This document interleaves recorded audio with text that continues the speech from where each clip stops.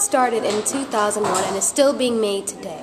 Its small form allows it to be carried almost anywhere at any time. Small and stylish, a product that anyone would want to have. However, as they seem to become more and more popular, there is a higher demand of them erupting. And then competition makes it no better.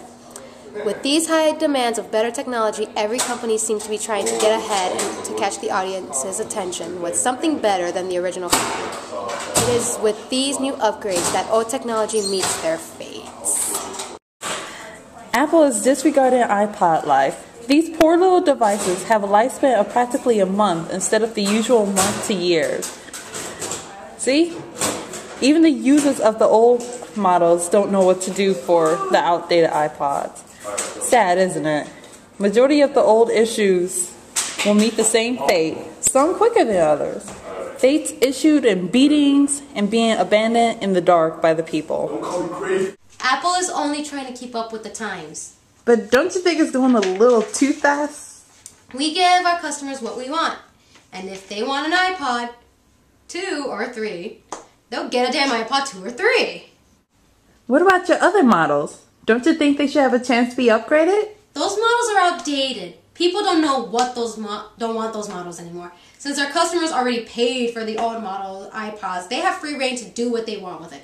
Destroy it, sell it, burn it. It belongs to them. So they can do what they please with it. Do you see how even an official in the Apple company completely disregards iPod life? When the customer buys the iPod, they supposedly enter themselves into a lifelong commitment to the iPod. Like marrying your significant other. Or so you think. As soon as you have a perfectly functional iPod, a new one comes out and ruins the relationship. So, how long do you think an iPod's lifespan really is? More than a year. Excuse me. Hello? Yes, start shipping the iPad 3s out. You weren't supposed to hear that. This was a shot taken from a side viewer. This was a new iPad that had just been purchased, and it immediately faced an immediate and horrible fate. It is not just an old versions that suffer through these changes. People have to figure out whether to wait for the newest version. And if they bought an older version and a new one is presented, they have to choose whether or not to choose to spend the money on the new versions. I had bought my daughter an iPad about a month ago. I had hoped that she would like it, and she did. That was until the iPad 2 came out. She exclaimed at me asking why I didn't buy her that one.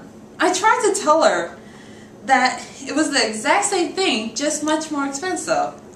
She didn't take that answer.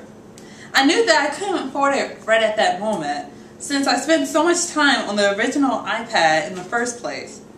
So maybe for Christmas I'll buy her an iPad too. What will you do if they make the newer versions? I hope a newer version doesn't come out. I don't think I could handle it.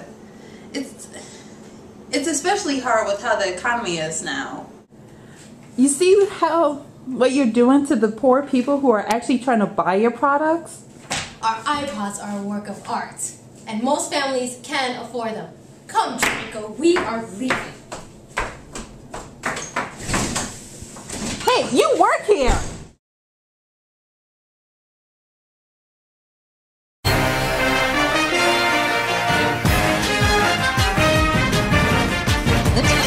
Is buzzing over Apple's latest must-have gadget, the MacBook Wheel, a revolutionary new laptop that does away with the keyboard. Tech Trends reporter Jeff Tate has more.